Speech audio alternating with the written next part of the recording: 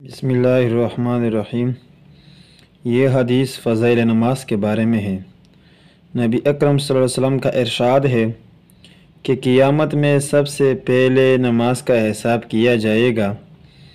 اگر وہ اچھی اور پوری نکل آئی تو باقی اعمال بھی پورے اتریں گے، اور اگر وہ خراب ہو گئی تو باقی اعمال بھی خراب نکلیں گے۔ فائدے میں لکھتے ہیں، حضرت عمر رضی اللہ عنہ نے اپنے زمانہ خلافت میں ایک اعلان سب جگہ کے حکام کے پاس بھیجا تھا کہ سب سے زیادہ مہتم بشان چیز میرے نزدیک نماز ہے۔